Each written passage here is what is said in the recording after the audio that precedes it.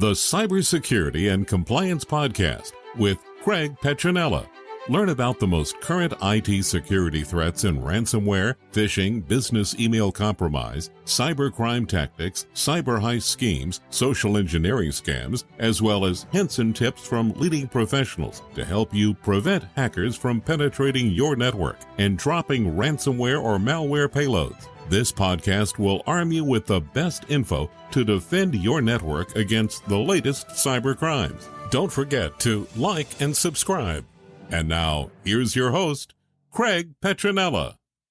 Welcome, everybody, to another episode of Petronella Cybersecurity Live. We've got Blake, BJ, and Erin. Hello. Happy Friday. Happy Friday. It's been a busy week. Yes, it has. Good busy, though, I'd say. Yeah, overall. So what's the latest that somebody found? I think it was almost 40 ransomware variants. I saw that was a nice piece of news this morning. What else did you guys find for today?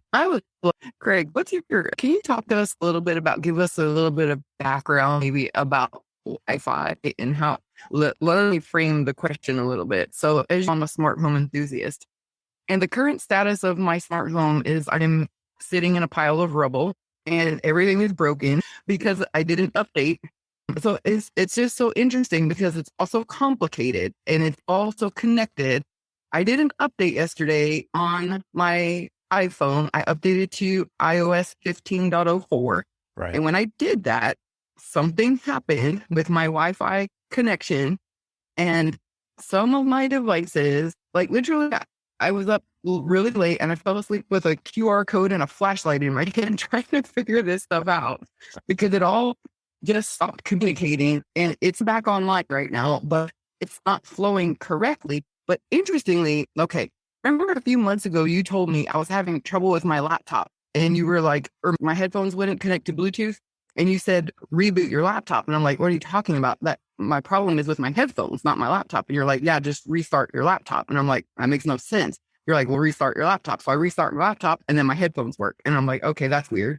But so now, like, last night and this morning, I literally had to factory reset like so many things. And then not only did I have to reset them, I had to unplug them from power and I had to even flip breakers. And it's every step that I took in that regard yielded results. Like, why is it that when I connect from power, like actually pull the plug out, it changes how everything's connecting and working? Like all of these resets did something. Like, how does that work? Sometimes when you do an update, it has to write to the firmware of the device and then you reboot the device or unplug it, restart it. So you get the fresh firmware or the update that it has. So that's why you have to reboot like that.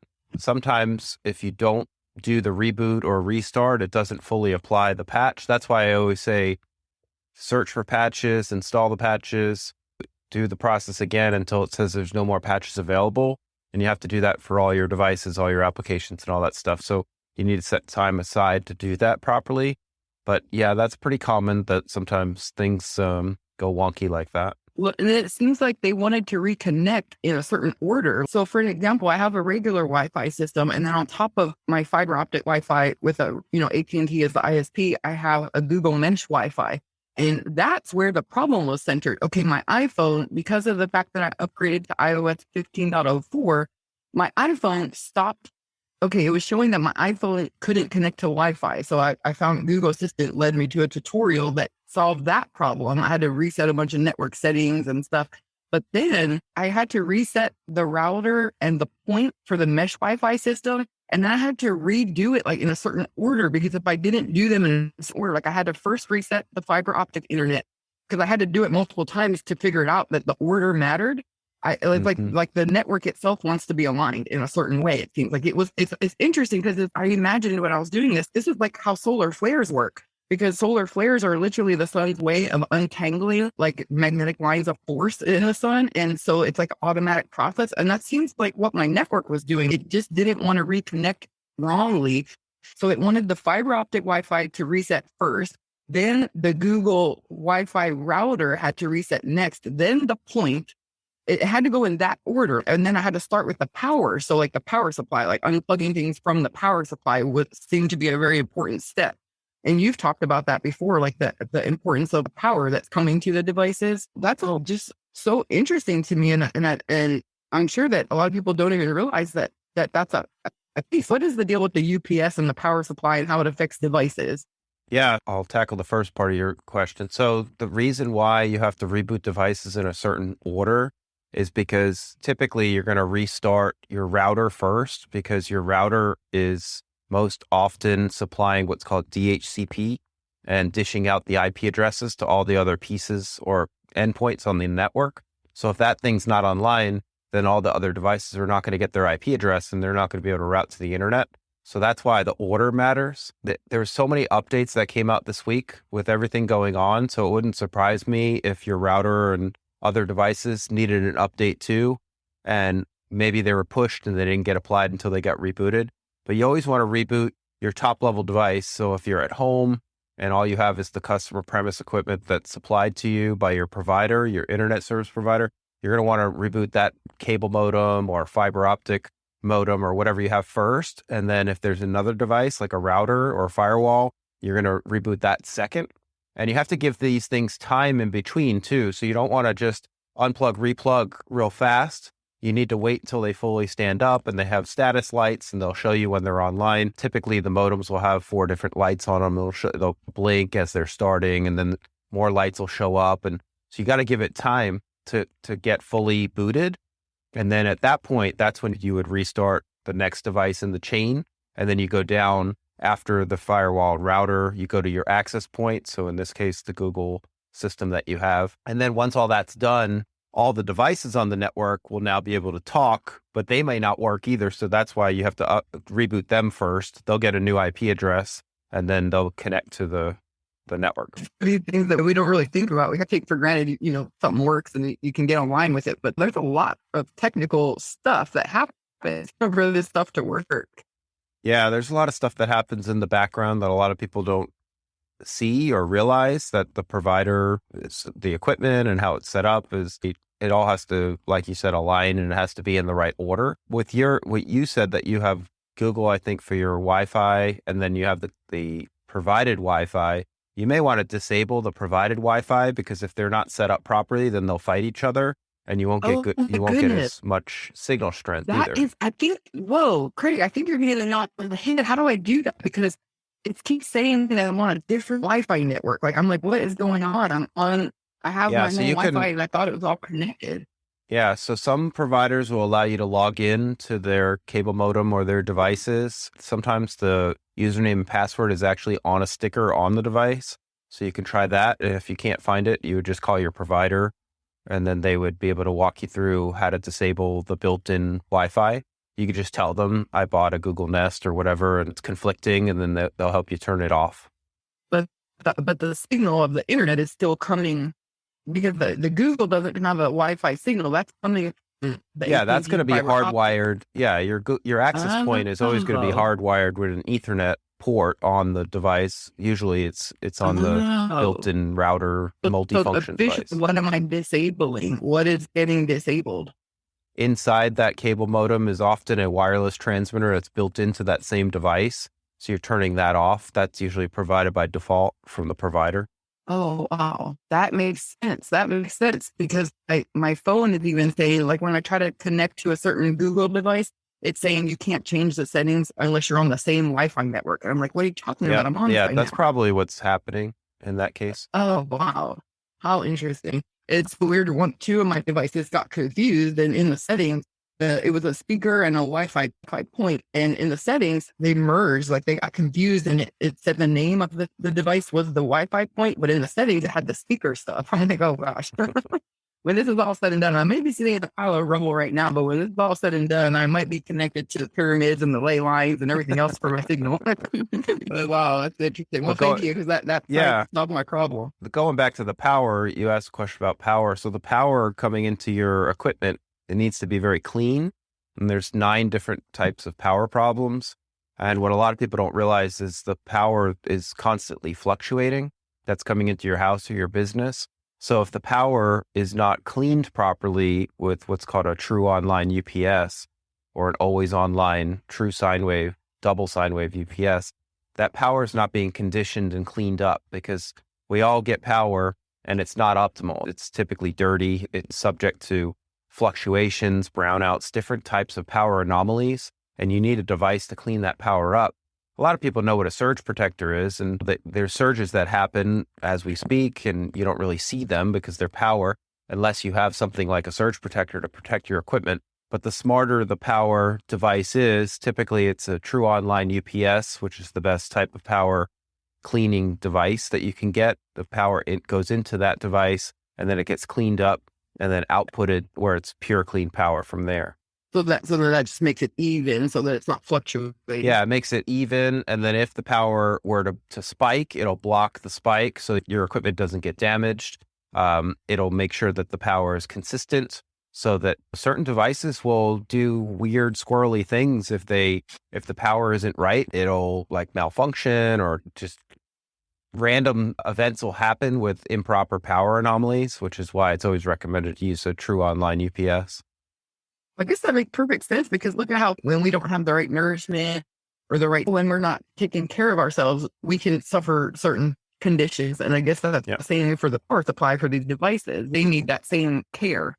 And it really does extend the life of the equipment connected. So it's definitely a good investment. Interesting. Would that explain why, like, when I said say, because I had a situation where they were saying they weren't online. Like, I was trying to talk to the smart devices and they were saying they could still hear me. Now, I don't know how it works, because they were saying they were not connected to the internet, but they were answering me and they could hear the voice prompt, but they would answer and say, sorry, the internet's not available right now. Yeah, they most that likely. was with some of the devices, and then some of the other devices were online. And so it seems like the power in the house was fluctuating because certain devices were online and certain devices were offline. Well, it was probably more like the order of events, and the devices that were offline that couldn't connect it to the network. They were either not, the order wasn't set properly, where the boot order was that they didn't grab their IP address, and it timed out in the time frame that it was kept requesting the IP address, and the router or the DHCP server in this case wasn't available at that timing. And that's why it just gave up. And then it resorted to a non-routable IP address. It'll still respond to you, but it won't connect to the rest of the network, and it won't work until you reboot it again after all the other things are online, and then it'll just come up fine. Oh, do you feel like you've been traumatized by cybersecurity and IT? Like, this is complicated. Have you ever experienced like trauma from this? There's so much that can go on. So when we finally have it right, you feel like you don't even want to breathe. Well, that's the thing too. Once you have it all working and everything, that usually causes hesitancy for somebody to apply a patch or an update, because sometimes patches or updates break things. So you don't want to. But if you don't do the patch, then you're subject to a cyber threat. So it's just a balancing act. It just teaches you about how it all connects together. Yeah. What's your advice on patches? Like, I saw a thing said, a news article that said, don't patch right away when a patch comes out, because let the bugs get worked out. Do you think that you should wait a little bit, or is it better to patch immediately? It really depends on the situation. So for example, if you run a business and the benefits of that patch, for example, maybe they patched a way that ransomware gets dropped onto the network. So you have to weigh the importance of the patch, and then you have to weigh the ramifications of if it breaks something. So what I always recommend in a business environment is to have a process in place for applying patches, in a policy, and then a process for how to apply patches, and then apply them in a little bit of an experimental or isolated lab type approach. So maybe if you have 50 devices on the network, maybe you test the patch to one of those devices in a controlled environment. You see how it behaves, see if it broke anything, any applications that get broken, things like that, and then decide to roll it out. But that's called the patch window. That patch window time, hackers are aware of that too. You have to try to accelerate that process. So the other end of the extreme is patch first, patch right away, and then resort to rollback or backups. So that's another methodology that people like to adopt for high security, because the patch gives the high security, but has the ramification of breaking something. Well, if it does break something, you could always resort back to and roll back to a backup. So you always want to back up your device before applying any kind of patch in case the patch blows it up. So you could resort or revert back quickly. So that's definitely another approach that you can take. There are automated approaches that will try to vet and test patches before they're deployed, which is technology that we use for our clients. So that works. Well, it's not perfect. Because I never really got it before that we do patch management for that's one of our core offerings, but I never saw personally I never understood the deep necessity for something like that. But having a smart home, I have 50 some devices now in my home. And now I'm at a place where I'm like, I don't understand how a business does their IT without help, like from a managed service provider. Because I feel like I'm a managed service provider.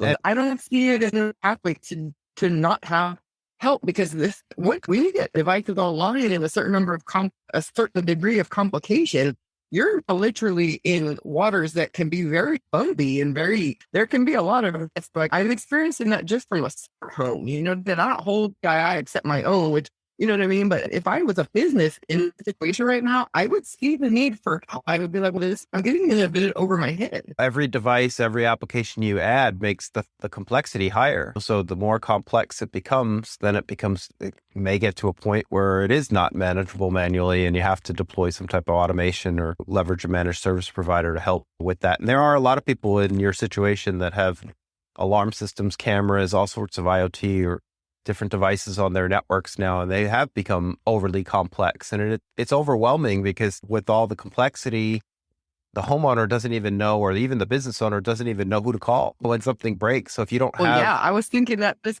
like, what do I do this is worse? Like, do I call them my home's out of control?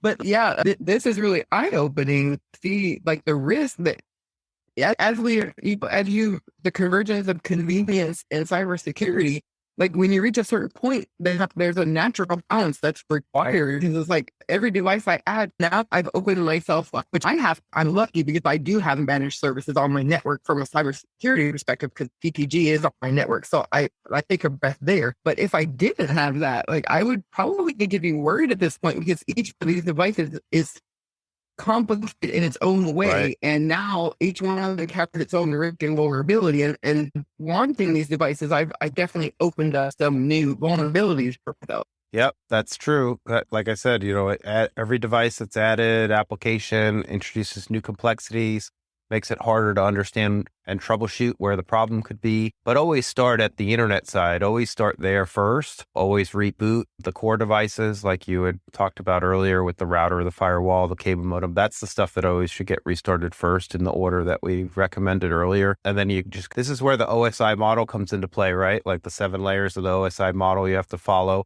A lot of people don't know what that means, but the point is that you see how things get complicated really fast.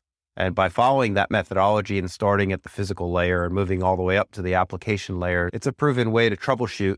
But yeah, definitely like a real thorough look at every layer, because you don't want to build on a shaky foundation. We see evidence of that all over the place. You really want to have a solid foundation so that, you can stay standing. But this, like they say, the microcosm and the macrocosm, right? So below. But this example for myself personally, isn't this predictive of the state of cybersecurity in the world, though? Because the numbers, I don't think there's a way to count now, because you hear 10 billion, you hear 30 billion, you hear 50 billion IoT connected device. Take my situation and then actually just now look at the world. Where we have possibly to 30 or 50 billion connected IoT devices, and a lot of vulnerability and lack of patching and cybersecurity and all that managed stuff, all the layers you're talking about, the OSI model. That's been neglected. And when you look at that through the lens of 30 to 50 billion devices with that process being neglected, I guess that kind of explains where we are. Yep. And I'm curious too, Craig, do you have any good patching stories in the 20 years that you've been doing this, 20 plus years, I guess? What's the story that comes to your mind when you think back of your career and all the things you've seen? Like what jumps out I remember a law firm that applied patches. They didn't back up first, and it blew up. The system wouldn't boot up anymore. So that's why it's so important to back up before applying any patches. And people, quite frankly, they don't want to take the time to back it up. They don't have a proven backup plan in place. They don't have that process defined for that. So backup is a big job. I remember when I first started the company in 2002, one of the things that we would mandate at that time even based on experience is, look, we need to back you up. And if they refused and they didn't want to pay to have us back up and do the process to protect them, then they had to sign a waiver that basically said, look, we're declining this recommendation in favor of time. And sometimes things would blow up and go wrong. And back then, it was a lot of manual patching. And then there were patches to the patch. And then you had if something blew up, you'd be on the phone for hours with support trying to troubleshoot why it broke something. And now, Craig, when you say it blows stuff up, can you give me an example of? Yeah, like the computer won't boot. It'll be in the BIOS, or it won't boot up. It won't start the operating system. It won't fully boot up. It'll be like a black screen, for example. It won't start into Windows or Mac OS. Like, well, what can cause that when you do an update? What can cause that to happen when you do it? Is it just something that just doesn't mesh properly and it just killed it? Or there's all different things that can cause. So, for example, certain updates, like operating system updates, they update the kernel, or they might update the file system, or how the file system interacts with the operating system, and they might mess up a boot file. There's all different things that can cause why something won't boot up.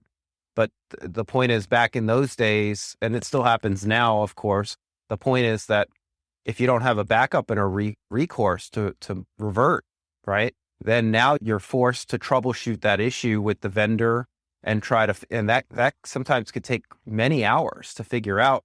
And meanwhile, if this thing is a server, and this has happened at the server level, now you got all the people in the company that can't work because somebody didn't back up the server first. So Wow. It goes back to single points of failure. And nowadays we're so connected and so reliant upon these different technologies.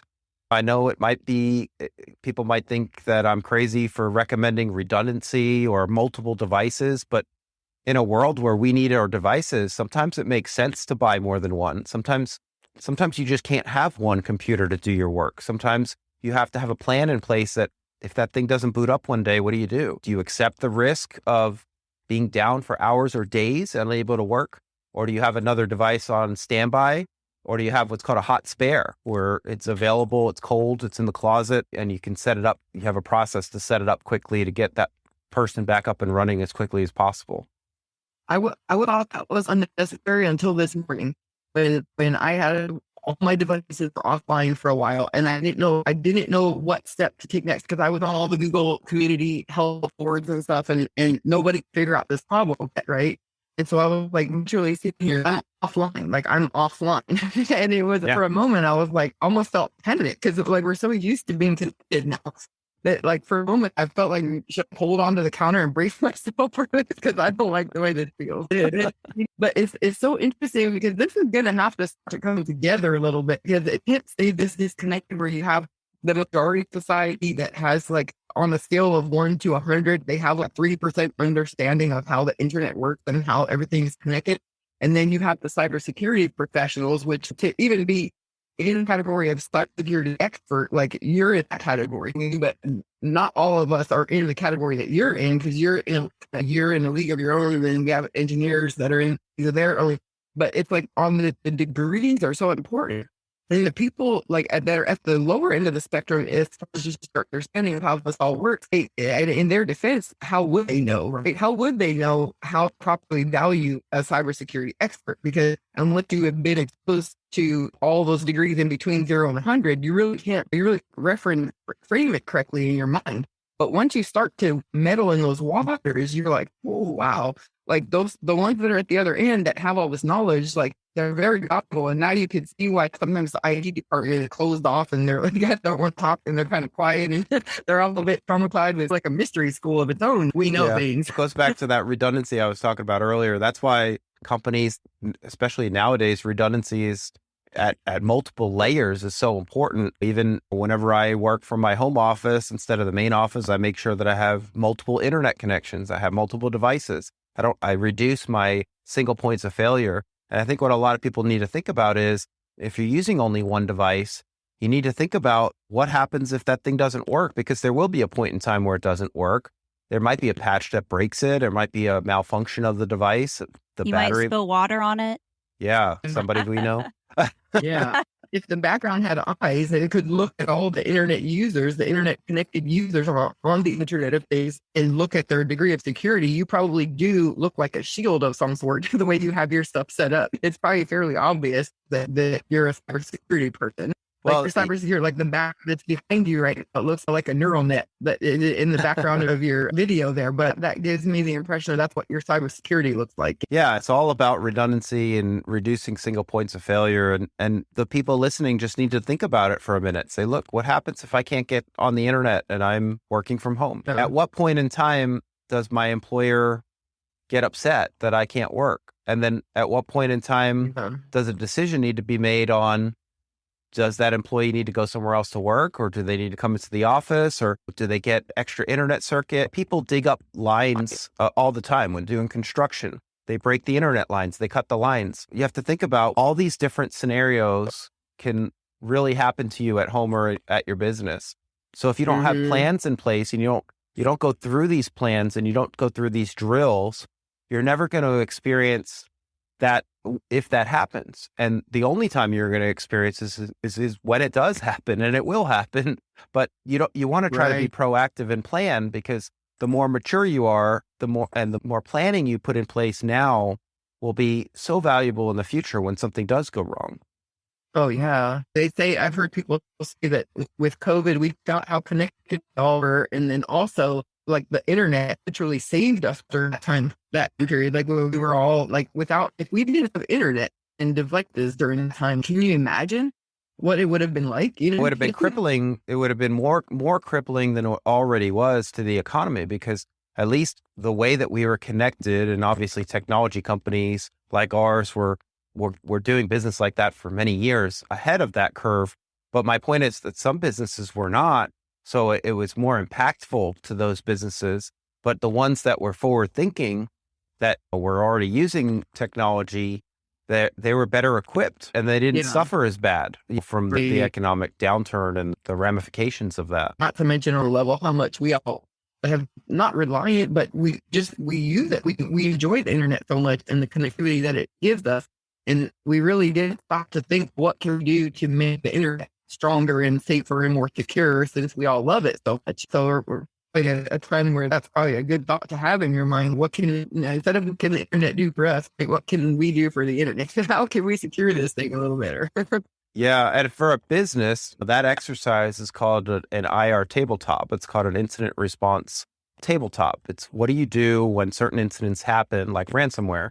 You could do a ransomware, and we've done this for clients where we do a simulation of, okay, the client might think they have everything in place to protect themselves, but we do a ransomware simulation and pretend that ransomware is infecting their network, and then see how fast they respond, see if their IT team can detect that something's wrong, how fast can they mitigate the risk and contain it. All these, that we go through the incident response plan, and we go through the disaster recovery plan and figure all that out, because that's such a priceless and valuable exercise that if you haven't gone through that, you're just waiting for something to happen, and something will happen in the future, and you're not going to be best prepared for it. Literally, it's the conversions of when cybersecurity literally then morphs into business continuity, like the two become one at some point with direct conversion.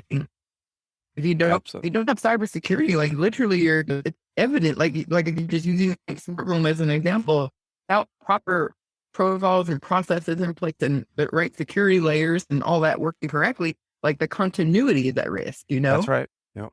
Probably hard to think that way. Absolutely.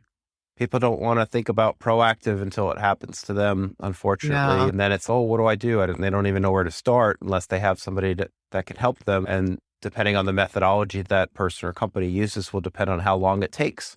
And oftentimes there's a lot of frustration, and the heat is on in those situations where the business owners are like, look, we need to get back to work. What's the problem? What's the problem? And then sometimes in those situations, if proper preparation isn't there might be hardware that has to get reordered, or equipment, or back in the day, it was hard drives and things that were physically broken on servers that would cause an issue. And you had to wait for those parts on site. It's that disconnect that a lot of people don't understand.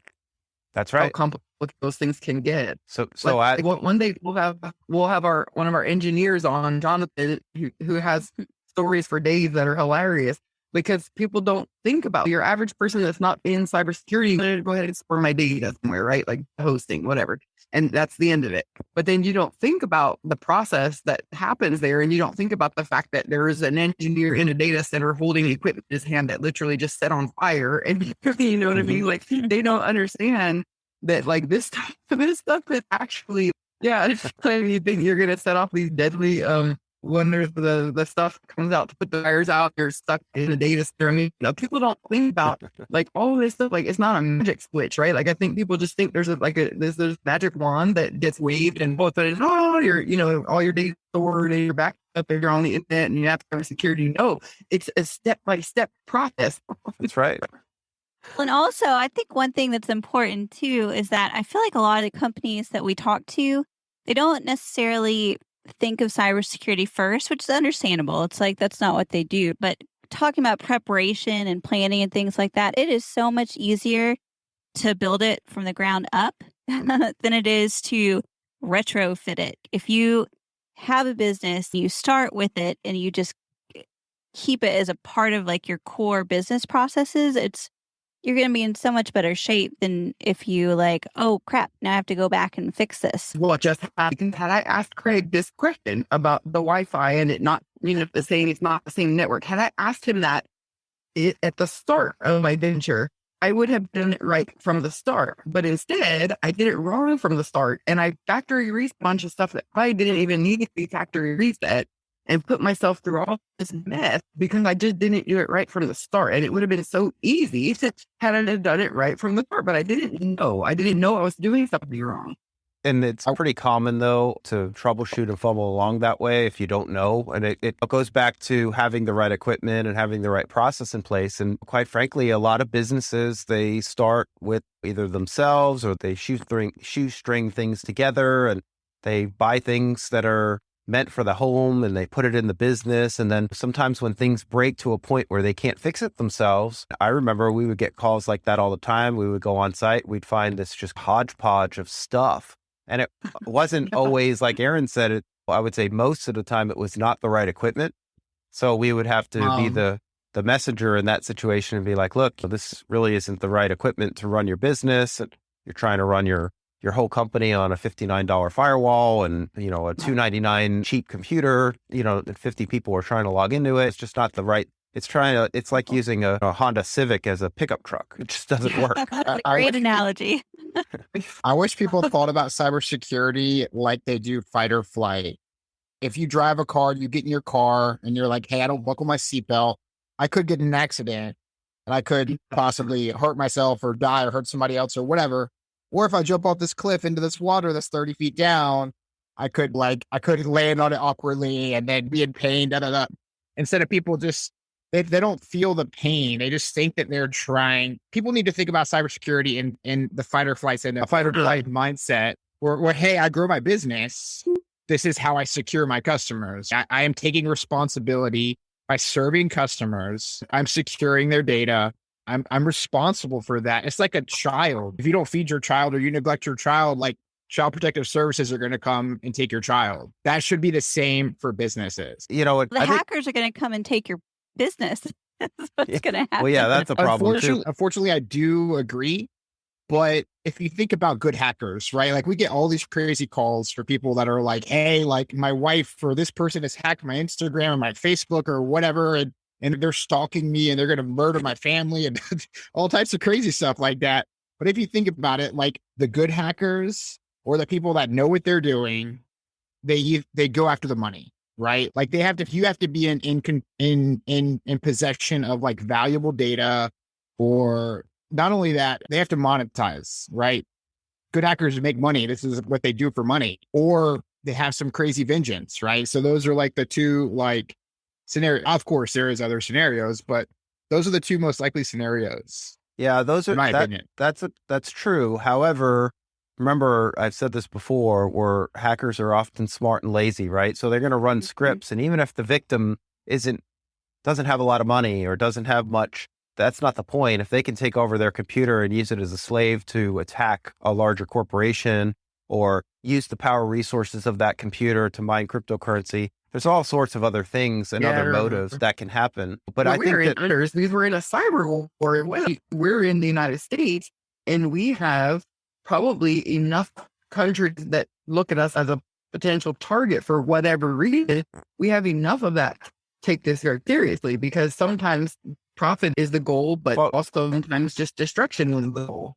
Yeah, I think going back to what Blake said, I think that most people, they might start a company and they're just trying to do the best they can on the small budget that they have. And they're hustling and they're working hard. They don't have a lot of time or money. So they cobble this stuff together, and that's fine to start off.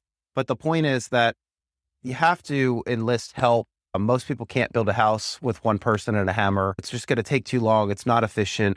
But the point is that as you start off your business and you hire employees, now you have those people's lives dependent upon you for that paycheck. And if you have a nasty cyber event like ransomware and your company's only 5 people or 10 people, now all those people can't work. And then what if your company, if it's only 5 or 10 people, but maybe you have thousands, like that t-shirt company the other day we talked about, maybe you've got thousands or millions of customers and those people can't get access to for their order. So you have this like ripple effect, right? So you're affecting not only your employee yourself, but you're affecting, as your company grows larger and larger, you're affecting your employees and your contractors and your vendors' lives. And then now you're affecting your customers too. So if you think about that and you go through that exercise and you feel like, look, what really will happen to me or in my business that I've worked so hard to build if something stupid happens? So you got to be prepared. Yeah. And some truths, I don't remember who said it, but what was that phrase about some truths to be self-evident? So it's eternal, like knowledge is. And then also like there's a concept of cosmic proportions, the idea of survival of the fittest. And it sounds bad when you say it, but from a cosmic perspective and from just a forward progress perspective, to keep moving with the direction of forward progress. And if you take a step back and look at the world from a big picture view, instead of just your current viewpoint, like where you are in life, but you scale out and you look at from like the bird's eye view, you can definitely see a transition from just how the world always moves to more of a incorporation and integration with more of a virtual type, because we're online and it's becoming ingrained and it's part of the human like experience now, and it's becoming more so that way, and it's just going to keep going. We're at a point where technology is advancing at such a rapid rate. There's no denying when you look at from the bird's eye view that we're in this flow of we're going in direction, and it's just good advice at this point to stay in peace, move in tandem with the human machine as it moves forward. And this is definitely the direction it's going. Yep, absolutely. Any other cyber news that you guys found that you want to talk about, or should we wrap up for the day? Yeah, there's always any new stuff 5 minutes ago. Just check 5 minutes later and there's more news. Has there ever been a more rapidly evolving industry than the cyber front? No, probably not. My chatbot called cyberspace. She called it hyperspace. I guess that's, I've never heard that before, but I guess that's a good word for it, because really it fits. Like we're moving at the speed of light here. Yeah. And new spaceships. Yep. Like hyperdrive. Yeah. Yeah. Space. Yeah. I'm not aging us like that movie. Yeah, really. And as we progress to the future, guys, could you imagine the Terminator was terrible? Let's not go there. let's practice good cyber hygiene. That's right. Let's get our foundation. Yes, and actually, I think. Oh, sorry. Go ahead, Blake. I was just thinking about something that is pretty critical that I don't think we've ever mentioned, but we should definitely say. I was actually reading. I was like, okay, when you guys said, okay, what's important about cybersecurity? What's recent? But we've never talked about incident response and response time. Yeah. We've never once mentioned it. And the article that I pulled up is talking about the golden hour. The second something happens, like don't try and figure it out. Like contact security professionals, because every moment that ticks away, it goes against you. I did actually talk about IR tabletop earlier. Oh. Yeah, and that's a concept, a term I've never heard before. That term you used, I've never heard that before. Yeah, so that's what that exercise is, Blake. Internet or incident response tabletop is an exercise where you go around the room You go around your conference room or whatever, if you have a company with the stakeholders, and you plan the scenario of, okay, here's the scenario. We just got ransomware. What are we doing? What's the plan? What's the process? Show us your incident response plan. Work the plan. Actually do the stuff that your plan is documenting and go through it. And that's what you find out that you were just talking about, Blake. Okay, this shows what a nerd I am, if I haven't showed that already, but that sounds like fun. It is fun from our perspective. Yeah. You know, it's kind of like going through a pen test, only you're literally you're having professionals like us that are experts in this review your plan. And if you don't have a good plan, we have a good plan and we help you write the plan and improve the plan. If you don't have a plan at all, we help you develop one. And then we go through it to get, when you're ready, obviously, you go through it together, and it's like shuffling a deck of cards and pick a card. What's the IR for the day? Is it going to be ransomware? Did our server die? Is a critical server die? How fast can we recover that app server? Yeah. People think they have things under control until something happens, and then they don't know what to do. Remember that little small house fire, and I was not prepared, and I literally had to use my bare hands to put this fire out. Like, that shouldn't have happened. But it's all about drills, though, right? Like, you went through that experience. Now you have that experience. Now I'm prepared, and I feel so much that I'm prepared. I'm like, okay, that happens again, I'm not going to be a victim again. Yeah, but there's also variances around the IR tabletop too. So, like, you never draw the same card again. So you're always improving and looking through different lenses and looking through different angles to see how well your plan stands up and how your team stands up. What was the time it took to put this in place? Who did they call? Why did they call that person? How much time did you on inaction or indecision because you didn't know what to do? What happens if you have third parties or vendors involved? What happens if they're not available, or what happens if they're too busy? What do you just wait? Do you have a plan in place? Redundancy? Who do you call next? Yeah. Well, when it comes to cybersecurity, it may not be a bad idea to have a clause in there that if all else fails, engage a team of prayer warriors, because you never know that it's complicated. Yeah, but you're right, Blake. Oh, go ahead, Craig. I was just going to say, even home users can do an IR scenario drill, though, right? You could pretend, BJ, that your iPhone just blew up. What are you going to do for the rest of the day? How are you going to make phone calls? Yeah, because it may seem unnecessary, but if you really look, like we talked about yesterday, that there's an element to this that all blends together at some point. It all converges into one point, right? Because there's technology, there's science, there's nature, but it's all connected. It's not separate from each other. Like the technology operates with the forces of nature. It's getting power from the forces of nature. When you look at it in that regard, it kind of makes sense to do these exercises for their order. So you have this like ripple effect, right? Not only your employee yourself, but you're affecting, as your company grows larger and larger, you're affecting your employee, contractors, and your vendors' lives. And then now you're affecting your customers too. So if you think about that and you go through that exercise, feel like, look, what really will happen to me or my business that I've worked so hard to build?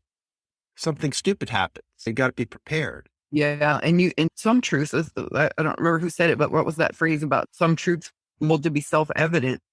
Truth is eternal, like knowledge is, and then also like there's a concept of cosmic proportions, the idea of survival of the fittest, and it sounds bad when you say it, but from a cosmic perspective and from just a forward progress perspective, to keep moving with the direction of forward progress.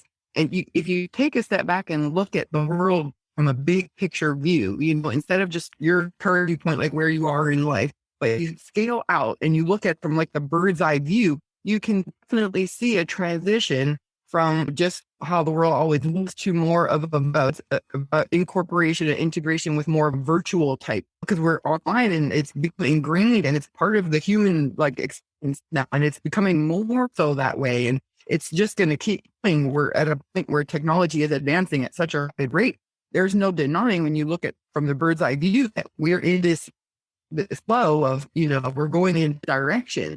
And it's just good advice at this point, to stay in peace move in tandem with the human machine as it moves forward. And this is definitely the direction it's going. Yep, absolutely. Any other cyber news that you guys found that you want to talk about, or should we wrap up for the day? Yeah, always. If there wasn't any new stuff 5 minutes ago, just check 5 minutes later and there's more news. Has there ever been a more rapidly evolving industry than the cyber front? No, probably not. My chatbot called cyberspace, she called it hyperspace. But I guess I've never heard that before, but I guess that's a good word for it because really it fits. We're moving at the speed of light here. And we have spaceships. Yep. Like hyperdrive. Yeah. Yeah. Space. Yeah. I'm not aging us. Yeah, really. As we progress to the future, guys, could you imagine if the Terminator was hackable? Let's not go there. let's get good cyber hygiene. That's right. Let's get our foundation. Yes, and actually, I think. Oh, sorry. Go ahead, Blake. I was just thinking about something that is pretty critical that I don't think we've ever mentioned, but we should definitely say. I was actually reading. And then they don't know what to do. Remember a little small house fire and I was not prepared and I literally had to use my bare hands to put this fire out. Like that shouldn't have happened. You know what I mean? I should have. It's all about drills though, right? That experience. Now you have that. Now I'm prepared. And it looks like we just lost Craig. So let's go ahead and cut it off here. Thank you, everyone, for joining us. Have a fantastic weekend, and we will see you Monday with all the newest breaking cyber news. Thanks for listening to the Cybersecurity and Compliance Podcast with Craig Petronella. For other episodes and more information, visit petronellatech.com. Also visit our other websites, compliancearmor.com and blockchainsecurity.com. Don't forget to like and subscribe. Thanks for listening, and stay secure.